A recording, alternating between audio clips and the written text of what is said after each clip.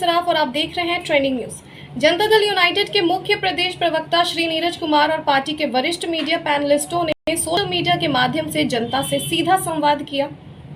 यह संवाद खास तौर पर ऐसे मुद्दों पर केंद्रित रहा जो वर्तमान राजनीतिक परिदृश्य में चर्चा का केंद्र बने हुए हैं, जैसे कि एनडीए सरकार की जन कल्याणकारी योजनाएं, जातीय जनगणना और विपक्षी दलों की भूमिका। इस सोशल संवाद में भी श्री नीरज कुमार ने एनडीए सरकार की उपलब्धियों को गिनाया, साथ ही जातीय जनगणना को सामाजिक न्याय के दृष्टिकोण से बेहद जरूरी बताया।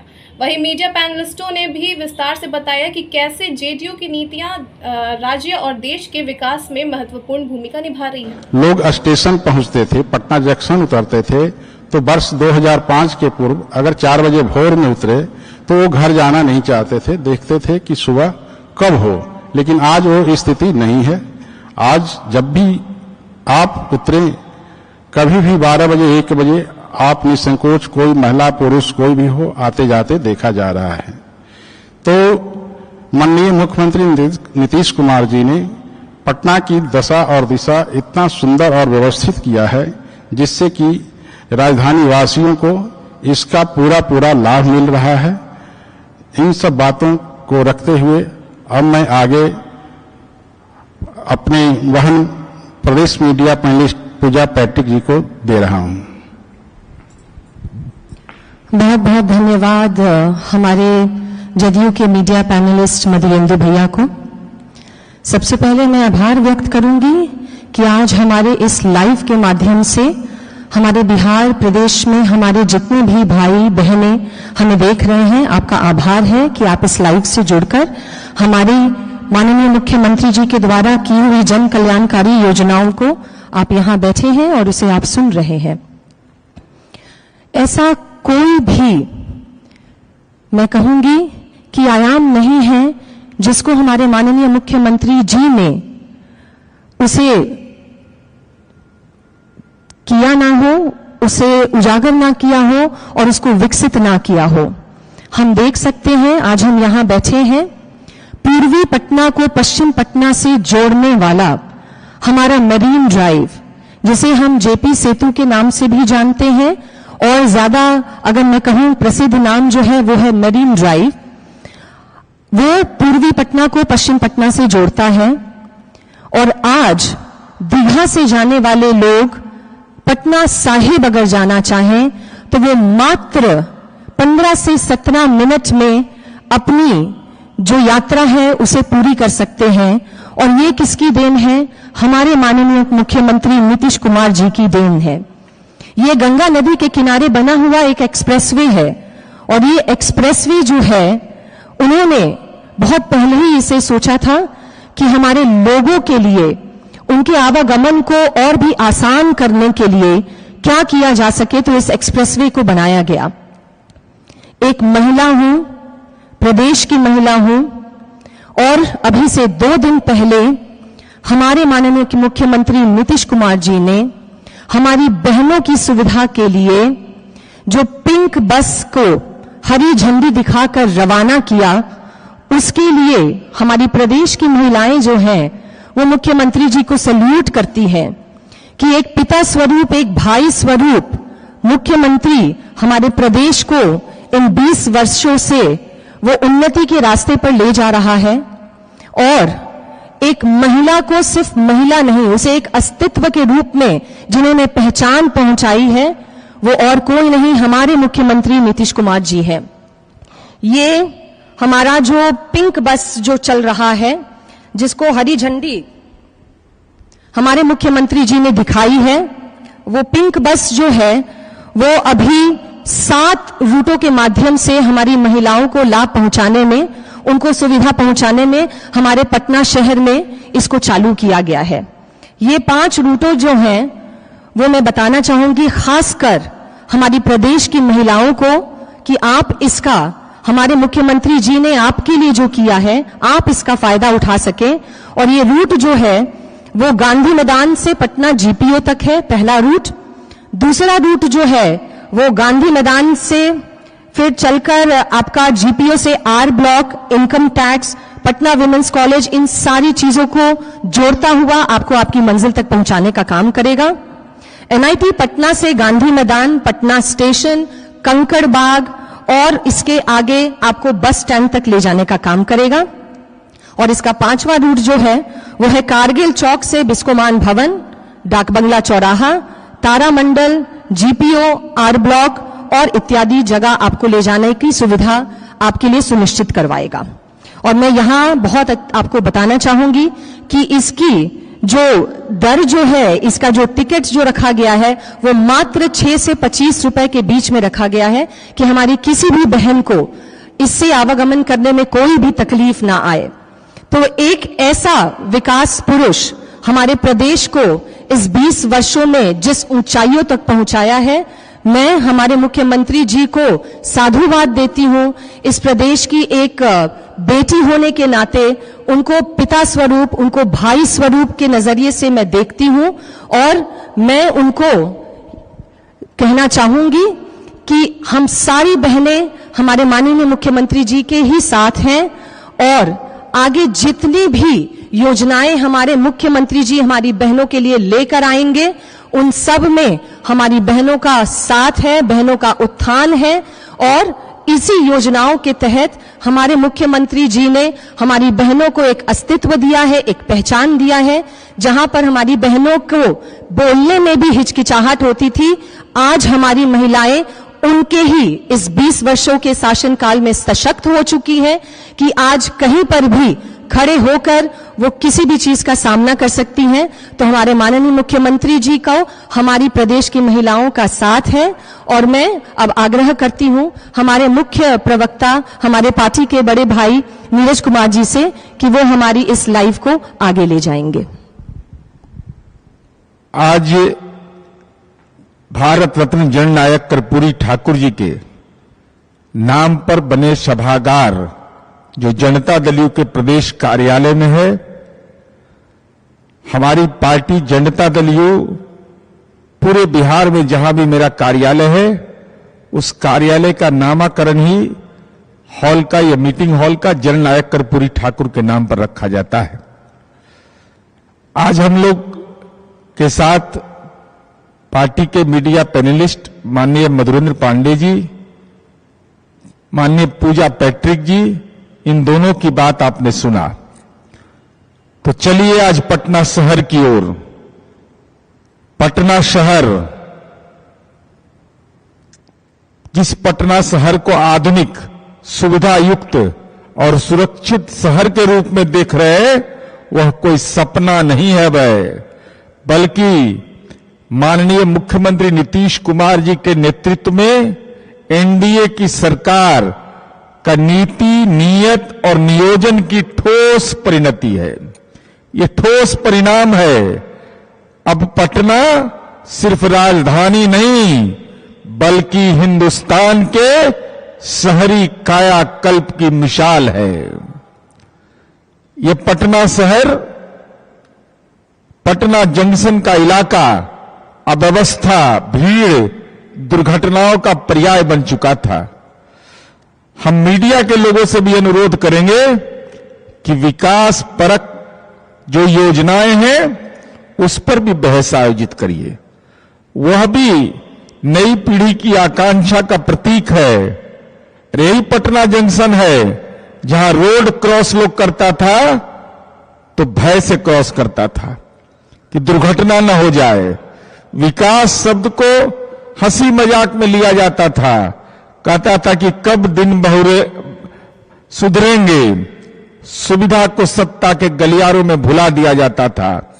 लेकिन अब बिहार बदल चुका, पटना आगे बढ़ चुका, स्मार्ट सिटी की ओर हम आगे बढ़ चुके और हमको ये बताते हुए गर्व है कि माननीय मुख्यमंत्री नीतीश कुमार जी के नेतृत्व में एनडीए की सरकार, केंद्र में आदरणीय प्रधानमंत्री माननीय नरेंद्र मोदी जी और माननीय नीतीश कुमार जी के नेतृत्व में पटना पहला फर्स्ट गैर महानगरीय शहर हुआ जहां ट्रैवलेटर की सुविधा उपलब्ध की गई है।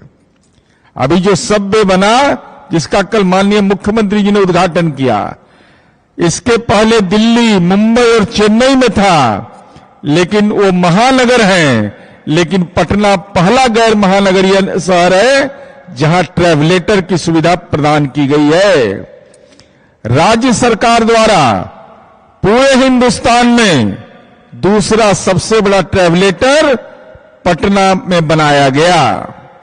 इसके पहले केंद्र सरकार ने IGIA जो अंतर्राष्ट्रीय एयरपोर्ट है रत्नागिरी महाराष्ट्र, चेन्नई और अब पटना में ये देश का दूसरा सबसे बड़ा ट्रैवलेटर बनाया गया। और इस सबवे की कुल लंबाई 440 मीटर है, 148 मीटर में ट्रैवलेटर लगा है। और ट्रैवलेटर ने खाली एलिवेटर लिफ्ट है। एकदम आइए बुजुर्ग लोगों की सेवा।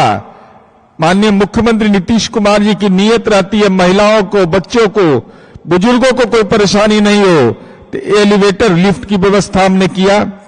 इसके साथ ही साथ आप जान करके आप लोग को ये इसलिए मैं बता रहा हूं कि यह जो परियोजना है, यह परियोजना पटना स्मार्ट सिटी के अंतर्गत इसको किया गया। GPO गोलंबर के निकट निर्मित मल्टी मॉडल हब और पटना जंक्शन तक बना भूमिगत सबवे। माने कोई आदमी स्टेशन से उतरिए और सीधे सबवे में चले जाइए। सबवे का मतलब होता है कि सड़क पार करने में कोई जो अंदरूनी सड़क है, नीचे की सड़क, सड़क के नीचे सड़क, वो सबवे के रूप में चिन्हित होता है। और उससे कुल सुरक्षा का भी वातावरण है।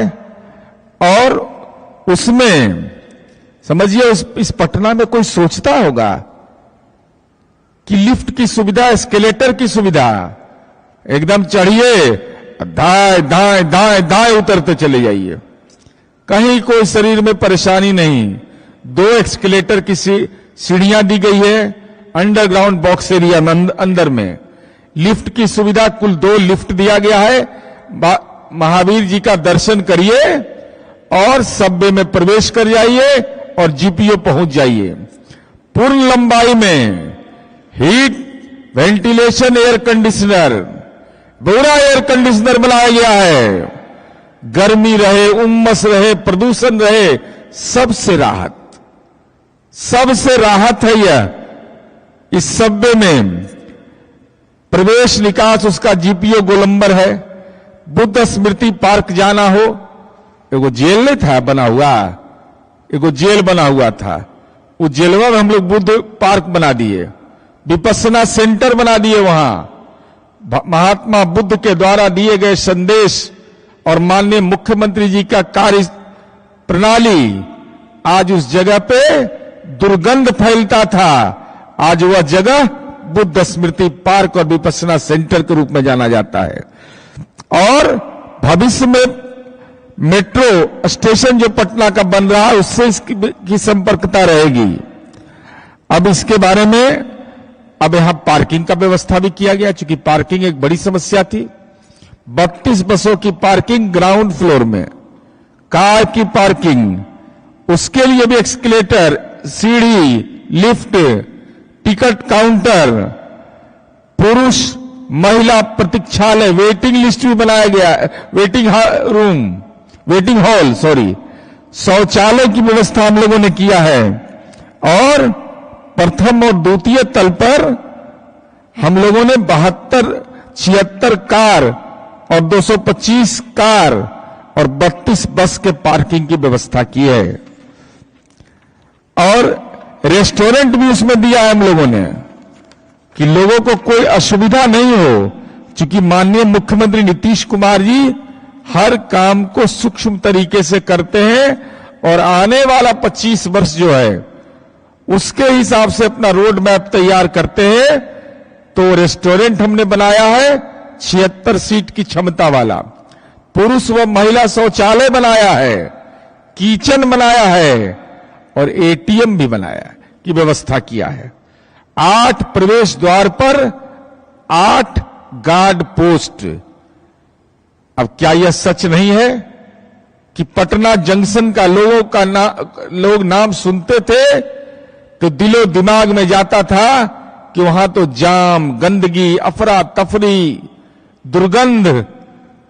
अगर कोई गलती से बुद्ध स्मृति पार्क जो पहले जो स्थिति में था वहां से गुजरता था तो नाक पर रुमाल लोग रख लेता था, और केवल शहरी विकास का मतलब था दीवार पर पोस्टर चिपका दीजिए, अब भाषण में विकास बोल दीजिए।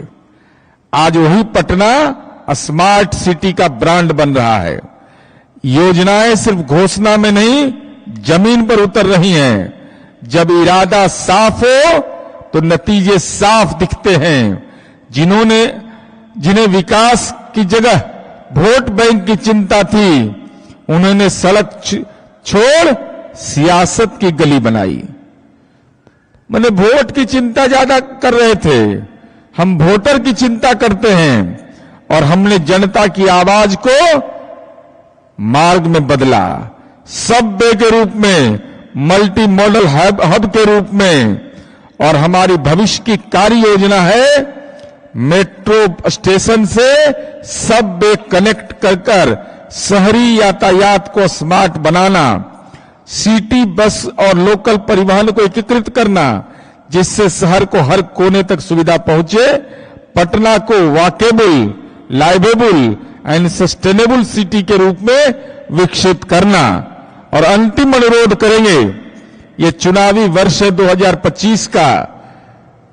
लालू जी, आप भी घूमने जाते हैं जेपी गंगा पथ, और जाकर के जब इनका बन रहा है, महुआ बाग में एक किला बन रहा है, बहुत बड़ा किला है भ्रष्टाचार का, तो उस किला का दर्शन करते थे, अभी तो बीमारी की अवस्था में है, और उसके बाद जाते थे जेपी गंगा पथ। और हमको लगता है कि वहां बुदबुदाते होंगे कि माननीय नीतीश कुमार जी ने कितना सुंदर चीज बना दिया। कहते होंगे, मित्र आपने बनाया तो बहुत अच्छा, इसको मेरा दुर्भाग्य था कि मैंने नौकरी के बदले में इस इलाके में जमीन नहीं लिया। अब माननीय राहुल गांधी जी भी आ रहे हैं, हम अनुरोध करेंगे कि हमारा ये जो हमने काम किया है और जो महत्वपूर्ण हमारी उपलब्धि है, उसमें एक खूब राजनीतिक द्वेष हमसे रखिए। चुनाव में मुकाबला करेंगे हम और आप, लेकिन जरा ट्रेवलेटर पर को भी देख लीजिएगा, मल्टी हब को भी देख लीजिएगा, जरा एक्सकेलेटर पर भी चढ़ लीजिएगा, और बुद्ध स्मृति पार्क का दर्शन कर लीजिएगा कि जब आपको काम करने का मौका मिला था इस बिहार में, तो पटना जंक्शन के आसपास के इलाके को आपने गंदगी का पर्याय बना दिया। और माननीय नरेंद्र मोदी और माननीय नीतीश कुमार जी की सरकार, जो एनडीए की सरकार है, 5 दलों के गठबंधन की सरकार है, आज हमने उसको दर्शनीय स्थल बना दिया। आइए प्रतिपक्ष के नेतागण आके दर्शन कर लीजिए। जीवन में विकास के मामले में आपको राजनीति में एहसास हो जाएगा कि स्मार्ट पटना किसको कहते हैं। उसकी शुरुआत का एक ही पक्ष हम आपको बता रहे हैं, अभी तो और सारी योजनाएं हैं, पूर्व में बहुत योजनाएं संपादित हुई हैं। जरा दर्शन कर लीजिएगा, तो महावीर जी का दर्शन करके असभ्य का दर्शन कर लीजिए। असभ्य का दर्शन कर करके जीपीओ गोलंबर तक एकदम लिफ्ट पर चले जाइएगा, मन भी स्वस्थ रहेगा, प्रदूषण मुक्त रहेगा, कहीं कोई गंदगी नहीं मिलेगी।